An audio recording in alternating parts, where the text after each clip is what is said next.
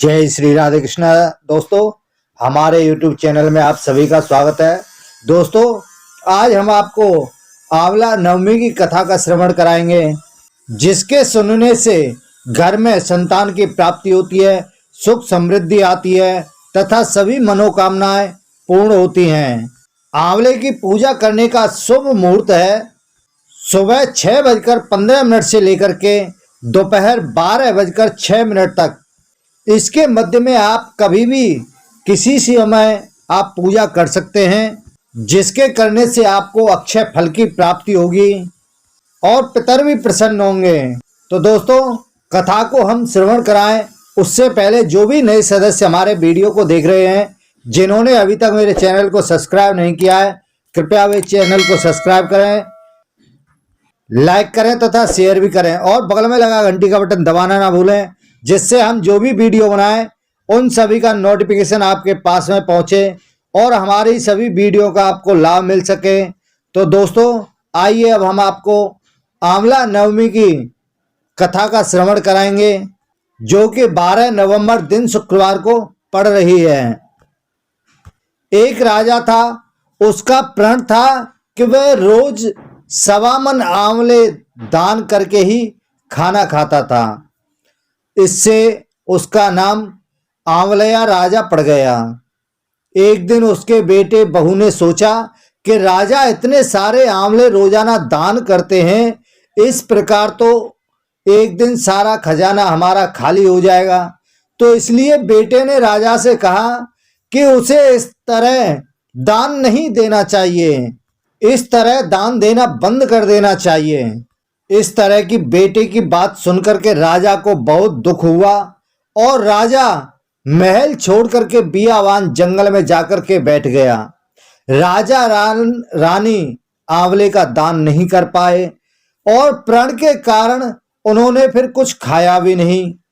जब भूखे प्यासे 7 दिन हो गए, तब भगवान ने सोचा कि यदि मैंने इसका प्रण नहीं रखा और इसका सत नहीं रखा तो विश्वास चला जाएगा।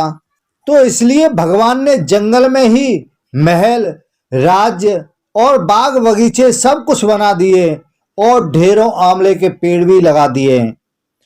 सुबह राजा रानी उठे तो उन्होंने देखा कि जंगल में उनके राज्य से भी दुगना राज्य बसा हुआ है। राजा रानी से कहने लगे, रानी देख, कहते हैं सत मत छोड़ सूरमा सत छोड़या मत जाए, सत की छोड़ी लक्ष्मी फिर मिलेगी आए। आओ नहा धोकर के आंवले दान करें और भोजन करें। राजा रानी ने आंवले दान करके खाना खाया और खुशी खुशी वे दोनों जंगल में रहने लगे। उधर आंवला देवता का अपमान करने व माता पिता से बुरा व्यवहार करने के कारण बहू बेटे के बड़े बुरे दिन आ गए। राज्य दुश्मनों ने छीन लिया। दाने दाने को वे दोनों मोहताज हो गए और काम ढूंढते हुए अपने पिताजी के राज्य में पहुंचे। उनके हालात इतने बिगड़े हुए थे कि पिता ने उन्हें पहचाने बिना ही काम पर रख लिया।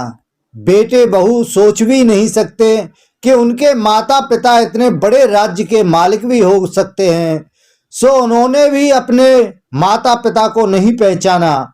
एक दिन बहू ने सास के बाल गूंथते समय अपनी पीठ पर मस्सा देखा, यानी उनकी पीठ पर मस्सा देखा। उसे यह सोचकर रोना आने लगा कि ऐसा मस्सा मेरी सास के भी था। हमने ये सोचकर उन्हें आंवले दान करने से रोका था कि हमारा धन सब कुछ नष्ट ही हो गया। आज वे लोग न जाने कहाँ होंगे। यह सोचकर बहू को रोना आने लगा और आंसू टपक टपक कर सास के पीठ पर गिरने लगे।